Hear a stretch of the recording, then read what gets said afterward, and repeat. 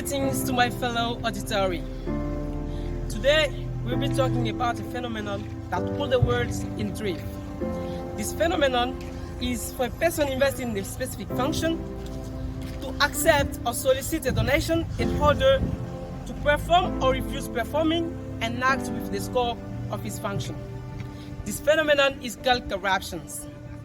Corruption in the words. Corruption is the main obstacle to the economic and social development.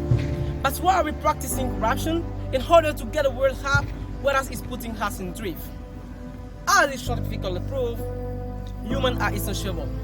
So they always ask more to do what they paid for, or they pay in order to act without feeling the required conditions. But what are the impacts on the future? How does it help the youth? And what are the fallouts on the upcoming generations? These are the right questions we have to wonder in order to face this real problem in our society. But we're too sad today to notice that in fewer services, corruption diverts funds from essential services such as healthcare, education, and housing. The corruption of public officials is the major impediment to the government's ability to meet the basic needs of citizens. Also, in fewer jobs, the allocation of posts is not based on merits, but on nepotism.